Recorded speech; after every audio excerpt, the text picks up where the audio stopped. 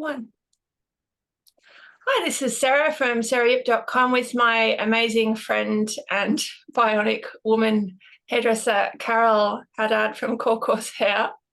Carole, I love the accessories. How are you going? Good morning. The accessories, isn't it great? I feel a bit not like a bionic woman. I feel a bit more like a Wonder Woman. Oh, I like that even more. Yeah, you like that? Look at that. I just need the right costume and I'm there. It's a little bit gladiator actually. So It's very good. yeah, well you've got a lot of inner strength. So Carole, did you want to just sort of introduce yourself? Like how do you know Okay. yourself? Okay. My name is Carole Haddad. I'm a hairdresser.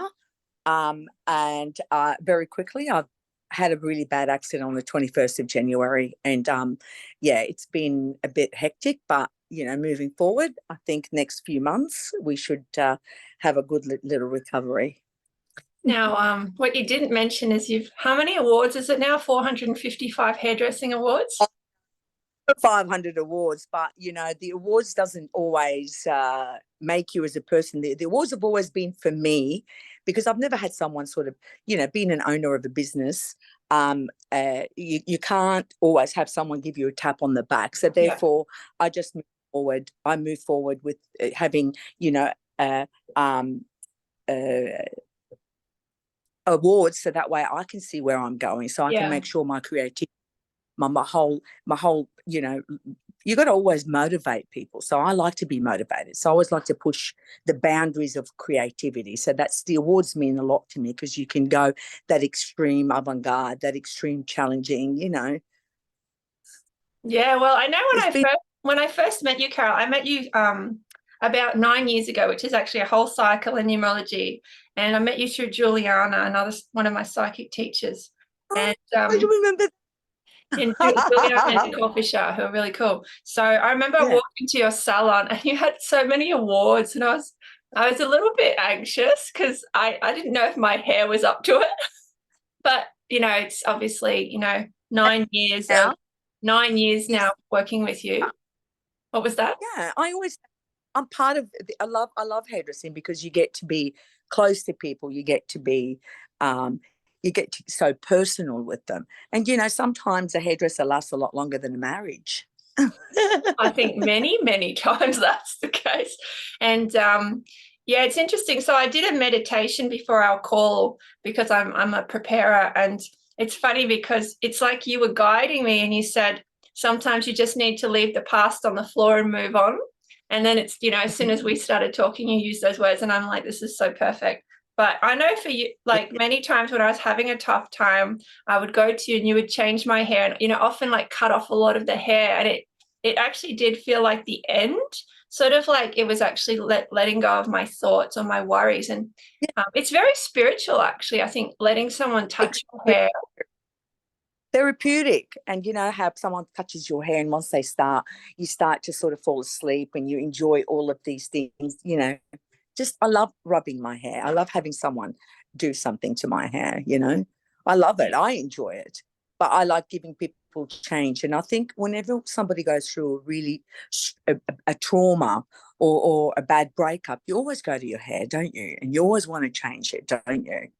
And, that's what you want to do. You want to make yourself all new. You want to have, it starts from the out towards the in, so I love it. I love the change. It's what you see in the mirror. And I think it was Coco Chanel who said a woman who's about to cut her hair is about to change her life, or, something like that. 100%. 100%. That's what Rapunzel did. Oh, that's such a good analogy. I love that. And then people couldn't pull on her hair and use her anymore. That's right.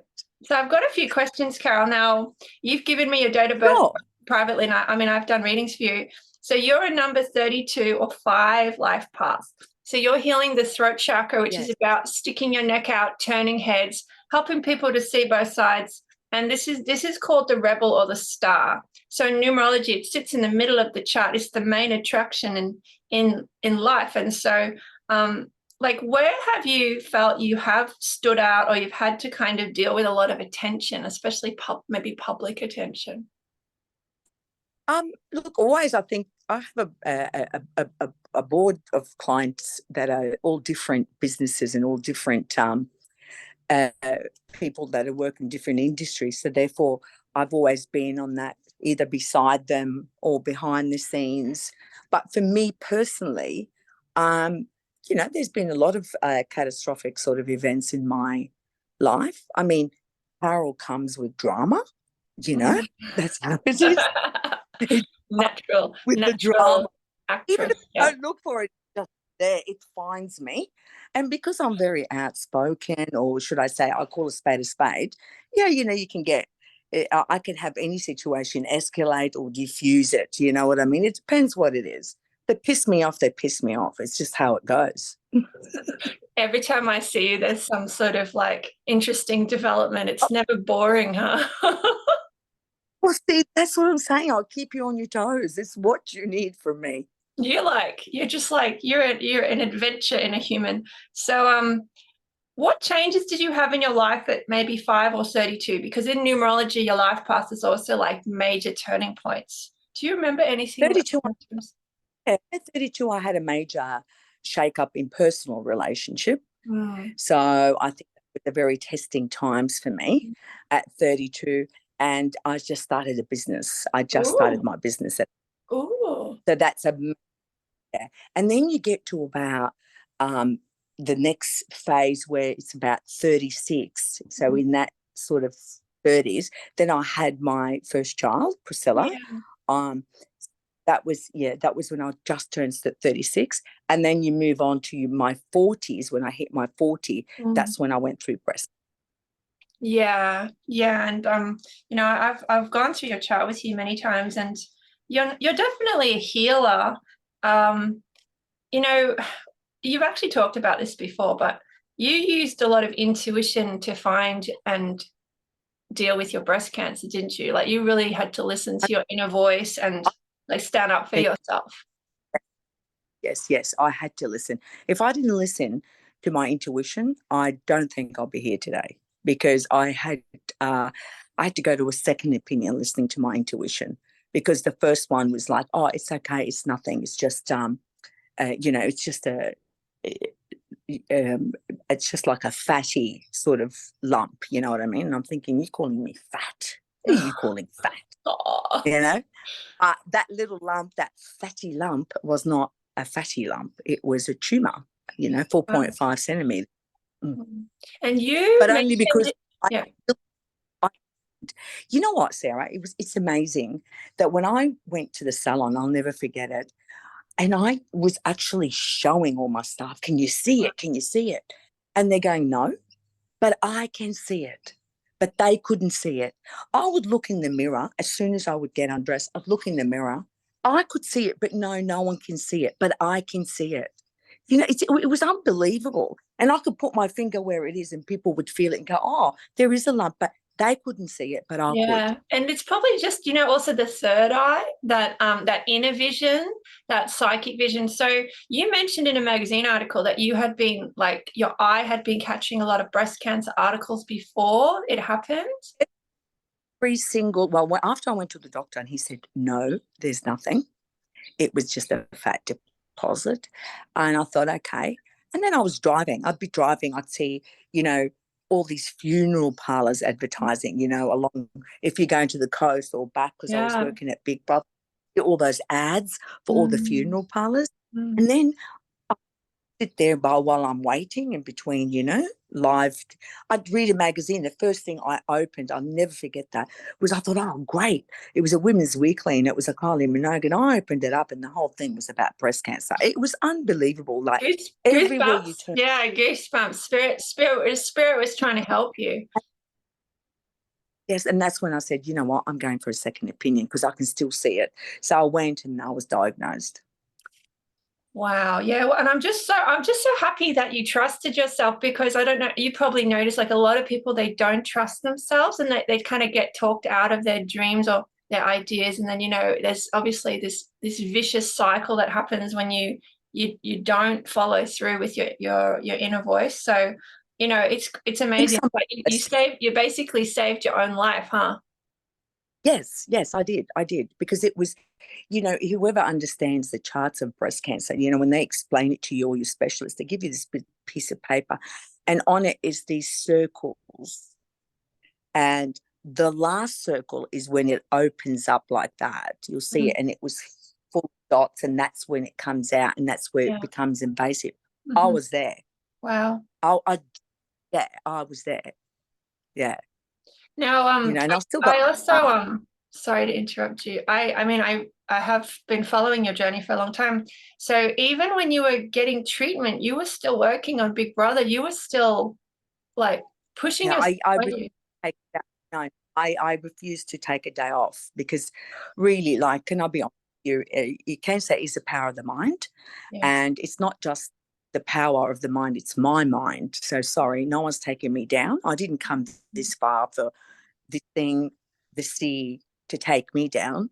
So I fought. I worked every day in between clients. I used to ring the hospital and say, can I come and get my zap? I used to get zapped every day for 6 months. So I'd go get zapped in between colours on, and then I'd come back and finish work. Because you know what the thing is, that when you get sick, being a single mum, I didn't have a husband that's going to pay my bills or rent. No one gives ATO. You think the ATO is going to say, oh, leave her, relax. No. Life goes on, and that's the sad part, is that life goes on. So we've got to, make it as much as possible to make it. Like for me, I've got to make every opportunity work for me, but I wasn't going, and I had a little child, and loving my daughter much, even though, kids can be, in our lives, but she was little. She I didn't be without a mum. So I had to fight hard. Yeah, I fought hard. I'm definitely a. Well, look at your outfit. Yeah, I think it's all out there in the open now, isn't it? Fabulous. But yeah, I walk like this. Everybody around West End, or the streets of West End, when I walk, because for your mental health, you've got to stay walking. Yeah. So when I walk, people sort of look at you and think, oh my God. And it does get hot with this metal and all that. Carole, obviously you have really beautiful eyes, and the eyes are obviously the heart chakra in the face. And I've always felt how much love you have for good people, but also for your daughter. I've always felt that. What was that? Yeah, I do. I said I have lots of love, and I'm a very loving person. I really love people, but if you hurt me, I'm the sort of person I would take a stand, I have to. You got to acknowledge what I think a lot of people, or should I say relationships, whether it's a friendship, family, where everything goes wrong, we forget to have ownership of what you do. I can own it. And personality like mine, it's easy to say, I've always sort of copped it alongside of friendships in my life. I've had to battle through friendships. This sort of personality, you can say, oh, she did it, and you'd believe it because I'm out there, I speak. But no, I do have, a line you don't cross, and that's it. And I tell you straight, yeah, sure, sometimes I can deliver my message a bit differently, but who gives a shit, mate? It's how I say it. It's me. You know what I mean? It's what makes me. Who gives a damn about it? Five's actually famous for their not just having a bit of a passionate temper, but they would have a very distinctive voice. And I can really, you've got to really, I always know when it's you. It's and I feel like I can hear you in my head even. Now I've got a couple more questions, Carole. So your life path is 32-5. They're called the world traveler. They love to even travel spiritually through different realms, or through the world, and also they tend to have a lot of energy. They tend to look really young. What do you feel like's kept your energy really high? Because you've been through more than most people. What keeps your energy up? I want to live. I love life. I love people. I'm not, you know what I mean? That people, I love living because I am alone. So I don't have someone to say, if I fall, I'm on my own, at home. So I don't have that partner that most people rely on. To have that love. And, we all search for love. Do you know what I'm saying? I mean, I am lovable. but sometimes I could be a pain in the ass. But I keep going because I want to live. I love living. I love life. I love people. I love experiencing things. And you And know, you got it's contagious, isn't it? Your love of life. It's really oh, like, so you I want feel to like I feel that know even what when I'm yeah, talking to you. I'm happy to sit in a forest in it. Do you know what I'm saying? It's simplest. There's a lot of simple things that make me happy. You know what I mean? And I love that. I love the living, the simplicity of it. I love adventuring. I'm all like, I'm busy bee. I love being busy. Even through this, I just want to find something to make me, because I've been so busy. This really affected me because I Yeah. can't do a lot of things. Yeah. It was Have you found that people have like given to you during this oh, time? God. Do you know how many people have given? I'm telling you, I am surrounded by a lot of love. And sometimes this sort of thing shows you that you're loved because Yeah. sometimes you feel that you're not loved being Yeah. alone. Mm. And it's hard to find, a partner. So you Mm. don't feel that you're loved. But I never stop giving love. I love giving love and I enjoy it. I enjoy looking after So people. have So people I like think been looking after you a little bit more? Sarah, it's incredible what I've had. I've had to cry because I thought, oh my God, they're really there for me. Like, do you know what I mean? It's a bit of an overwhelming, because I'm always there. I'll always do anything for anyone. That's one thing about me is I do have a big heart. Once you get to know me, you know me. But it's incredible what most of my clients, friends have come so close and did so much for me that it was really, I will never forget it. It's been really, I've enjoyed it because I wanted to, times like this is when you need a bit of love. And Yeah. certainly I did get it. Yeah, I'm so happy. Well, in your numerology, you're in an 8 year, which is about kind of coming back into balance. So, for Oh, am whatever I? reason, and maybe you needed to take a big break and just like, Is this, allow people to kind of grow up around you. You know what I mean? Allow them to also experience that gift of giving, I guess. yes, yes. And it was been good. So this is the year of the eight. Oh, I'm glad to see it, that you've said that I'm Well, coming to some height. for you, you're in an 8 year, and often this is also a year of comebacks. In areas where you feel like you've been kind of cut down, it's like a year that you feel like you get back up again. And then you go into your 9 year, which is a lot about rewards and conclusions and being seen. And so that's kind of leading to my next question. So you haven't actually mentioned it, Carole, but you work with a lot of famous people, like really top notch. Yes, true, right? It's true. 100%. And you never say anything. You're very, very discreet. That's why we all love you. But isn't it also true that you started to kind of come out of your shell onto the other side, and you were on TV in the last year, weren't you? Yes, I was. I was only last November. It was a great opportunity, and I can't believe they even accepted me. But I was on My Mum, Your Dad, and it was the first serious one, and I loved it. And I met such wonderful people. I felt like I was a child in a playpen, and you're meeting and connecting with people. I loved it. I loved it. I loved it. And it's great. And I've still got those friendships now. And those friendships, even though some of these cast members are not living here, they're Yeah. always by phone or by video call. They're always reaching out to me. So, yeah, it's great to meet good people from all over Australia that, you come together. A lot of people say, how can you become so good friends? And then we forget, don't we, Sarah, that I spent 14 days in a very small area with these Mm, people. Now, mm, if you those 14 days 24/7 and take them over 6 months, mm. it's like having you meet with friendship and you forward with it. Do you know what I'm saying? Speed friending. It's like speed friending. Yeah. Oh, okay, here we go. Sorry. Speed, it's not a speed friending, but if you meet someone, it takes you 6 months, doesn't it? You Yeah. can't spend that much time all the time, can you? So Yeah. for me, you get your energy and but yeah, I had a really good time. It was a great show, and it was a really good experience. Yeah, well, Everyone, I think you were born for that kind of thing, Carole. So, is there any sort of other things you'd like to try in that space? Other shows or just like opportunities? Because Yeah. it feels like it's been a long time coming with you. It feels like it's been waited your whole life. I like to do with people, or a little bit of, a little bit of I've always been a fan of a little bit of games, like I'm a celebrity, get me out of here. I love that. I love the through a little bit. And yeah, you never know. I'm a good cook. You just never know where life takes you.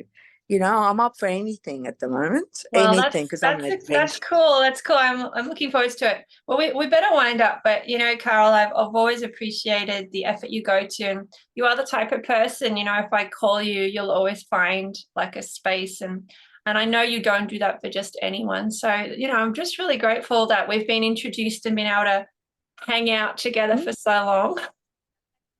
Thank you for giving me your time and your support through the years as well. I really am grateful, and I'm so grateful to everyone that's been part of my journey in life, especially through this journey. But thanks for this opportunity. Oh, super welcome. All right, well, we'll wind up this one. So this has been Seriap and Carole Haddad from Coco Hair in Brisbane. And she's single. She's looking for a man. And she's amazing. And definitely, I'll put some links under this video. Definitely follow her journey. She's an absolute firecracker. You will just, life will never be the same once you meet Carole. In the best way, in good way. Boom. Okay. Yeah. All right. Well, we better wind up. Thank you so much. I'll see you next time. Thanks, Sarah. Bye. Bye.